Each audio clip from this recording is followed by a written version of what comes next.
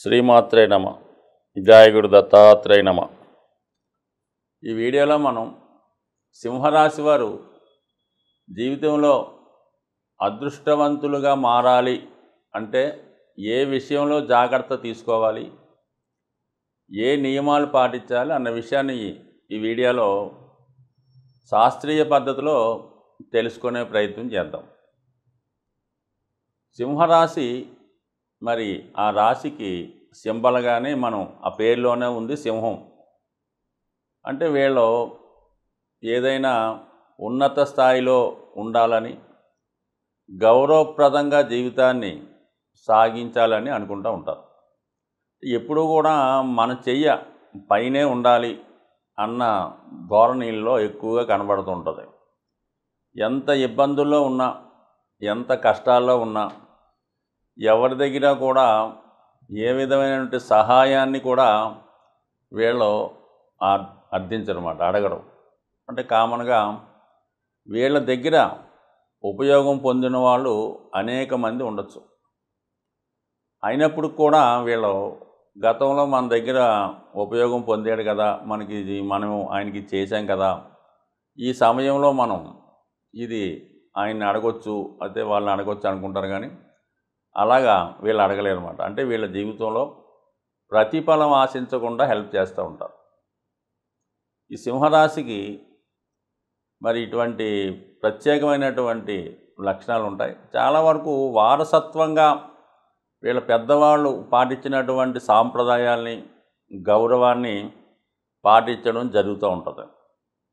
వీళ్ళ దగ్గర ఉన్నా లేకపోయినా ఖచ్చితంగా ఆ పద్ధతులు, ఆ నియమాలు పాటించవలసి ఉంటుంటుంది అన్నమాట. సో అది ఎక్కువగా ఈ రాశి వరకు ఉంటుంది. అయితే వీళ్ళు ఎక్కువగా 10 మందికి ఉపయోగపడాలి, 10 మందికి సేవ చేయాలన్నటువంటి ఉద్దేశంతో ఎక్కువగా ఈ రాజకీయ రంగంలోకి రాణించడం జరుగుతుంటుంది. ఇద్దరి గ్రామంలో ఒక పెద్ద మనిషిగా 10 మందికి ఉపయోగపడే వ్యక్తిగా ఉండాలనే ప్రయత్నం చేస్తూ ఉంటారు. అయితే వీళ్ళకి లౌక్యం అనేది తక్కువగా ఉంటుంది. ఇది కూడా ఉన్నది ఉన్నట్టు యథార్థంగా మాట్లాడటం, ఎంత గొప్ప విషయాన్నైనా సరే మోడం లేకుండా గొప్ప వ్యక్తిని అయినా చెప్పడం జరుగుతుంటుంది. ఆ కారణం వల్ల ఏంటంటే వీళ్ళకి శత్రువులు ఎక్కువగా రావడం జరుగుతుంటుంది. శత్రువులు ఎక్కువగా రావడం వల్ల ఏంటంటే కామన్గా వీళ్ళని జీవితంలో అభివృద్ధిలోకి రాకుండా చేయడం జరుగుతుంటుంది ఏ రంగంలో ఉన్నా కూడా. సో అలాగే వీళ్ళు అందరినీ తొందరగా నమ్ముతూ ఉంటారు.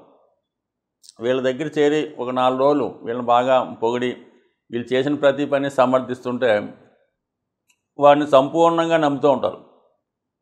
చాలామంది ఈ వ్యాపార సంస్థలు నిర్వహిస్తున్న వాళ్ళు, ఈ సింహరాశిలో ఉన్నవాళ్ళు కామన్గా ఏం చేస్తుంటారంటే ఏదో ఒక వ్యాపార సంస్థ స్థాపించి వాళ్ళ దగ్గర ఉన్నటువంటి ఓ నమ్మకస్తున్నో, లేదంటే ఒక స్నేహితుడినో, లేదంటే ఒక తమ్ముడినో, ఒక బామ్మర్దినో, ఇంకో వరుసకైన వాడినో తెచ్చి అక్కడ పెడుతూ ఉంటారు.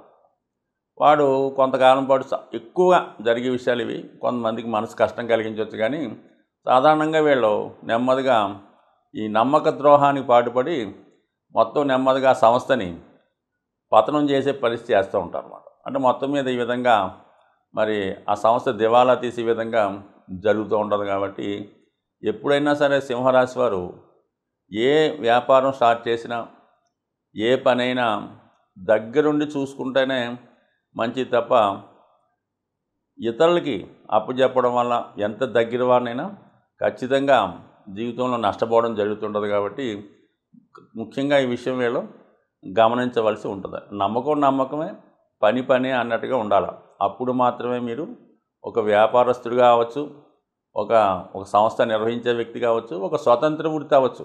అప్పుడు మాత్రమే మీరు జీవితంలో పైకి రాగలరు తప్ప ఇతరులను నమ్మడం వల్ల ఖచ్చితంగా మోసపోవడం జరుగుతుంది. కాబట్టి ఈ రాశివారు ఈ విషయంలో మాత్రం చాలా జాగ్రత్తగా వ్యవహరించడం మంచిది. ఇక్కడ వీళ్ళకి కూడా మఖ, పుబ్బ నక్షత్రాలు, ఉత్తరా నక్షత్రాలతో ఈ రాశిలో ఉంటాయి. కాబట్టి వీళ్ళకి కూడా మెయిన్ భాగం అంటే వీళ్ళు మఖ నక్షత్రంలో పుట్టిన, ఇంచుమించుగా పుబ్బలో పుట్టినా కూడా ఎక్కువ భాగం శుక్ర మహాదశ నడుస్తూ ఉంటుంది.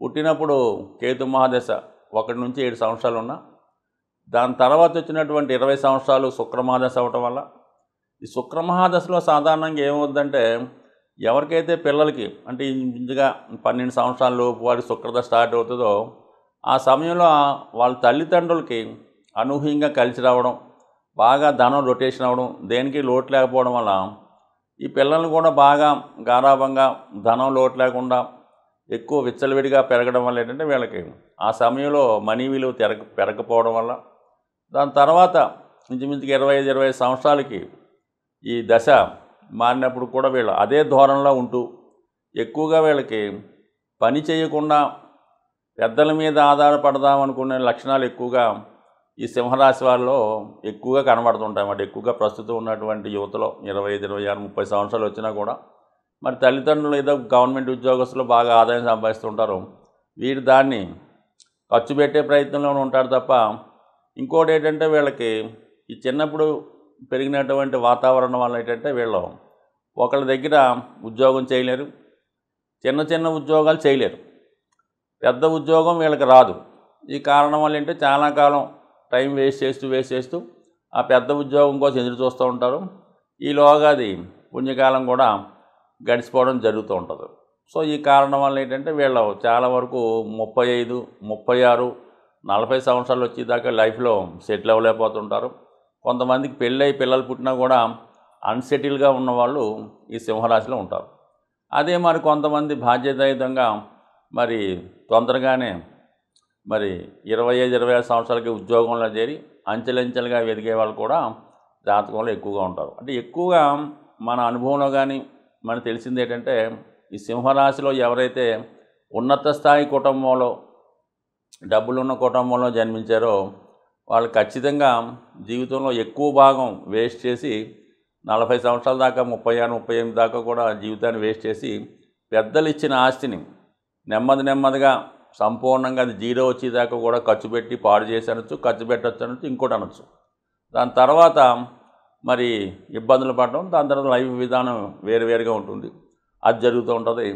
అదే బాగా చితికిపోయినటువంటి ఏమీ లేని కుటుంబంలో ఈ సింహరాశిలో జన్మించి ఉంటే వాళ్ళు జీవితంలో చాలా కష్టపడి తొందరగానే జీవితంలో పైకొచ్చి వీళ్ళతో పాటు వీళ్ళు ఆ కుటుంబాన్ని కూడా పోషించి ఆ బాధ్యతలు కూడా చేస్తూ ఉంటారు. అంటే అన్నదమ్ముని చదివించడం, అక్క చెల్లెలను చదివించడం, తల్లిదండ్రులను పోషించడం చేస్తూ ఉంటారు. ఈ 2 రకాల వ్యక్తులు కూడా ఈ సింహ రాశి లేదా సింహలగ్నంలో జన్మించిన వాళ్ళు కనబడుతూ ఉంటారు. అంటే ఒకటి బాగా ఉన్న కుటుంబంలో ఉన్నవాళ్ళు మైనస్లోకి వెళ్ళిపోతుంటారు, బాగా లేని కుటుంబంలో పుట్టిన వాళ్ళు బాగా ఉన్న స్థాయికి వస్తూ ఉంటారు. సో ఏదన్నా మరి ఇది ఎక్కువగా జరుగుతుంటుంది కాబట్టి మరి ఉన్నత స్థాయి కుటుంబంలో సింహరాశిలో పిల్లలు ఉంటే వాళ్ళని ఖచ్చితంగా ఒక క్రమశిక్షణగా మనీ విలువ తెలిసిలాగా పెంచితేనే చాలా అనుకూలంగా ఉండే అవకాశం ఉంది. కాబట్టి ఈ పెద్దలు ఈ విషయాన్ని గమనిస్తారు. అయితే అంత ఖాళీ ఉండదు, అంత ఉన్న స్థాయిలో వీళ్ళు పుడుతూ ఉంటారు కాబట్టి కొద్దిగా శ్రద్ధ పెట్టడం మంచిది. వీళ్ళకి కంపల్సరీగా సూర్యభగవాన్ని ఆరాధించుకోవాలి. ఈ సింహరాశిలో ఎవరైతే పుట్టారో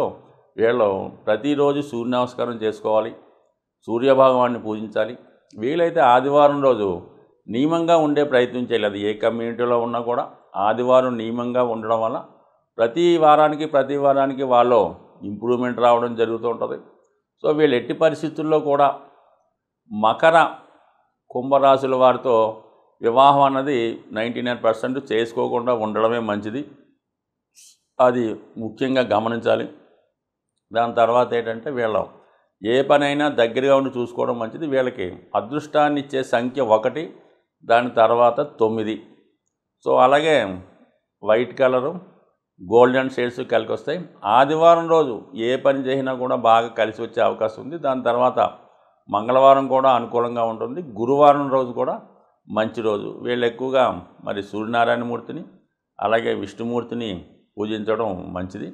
వీలైతే మరి ఒక భగవద్గీత పుస్తకాన్ని దగ్గరించుకొని వీలైనప్పుడు దానిలో అర్థాలు వివరంగా తెలుసుకొని కొద్దిగా దాన్ని తెలుసుకుంటే సింహరాశి వారు ఖచ్చితంగా ప్రారంభ జీవితం ఇబ్బంది పడినా తర్వాత జీవితంలో చివరి జీవితంలో బాగా మంచి అదృష్టవంతులుగా మంచివాళ్ళుగా 10 మందికి ఆదర్శంగా ఉండే అవకాశం ఉంటుంది. స్వస్తి.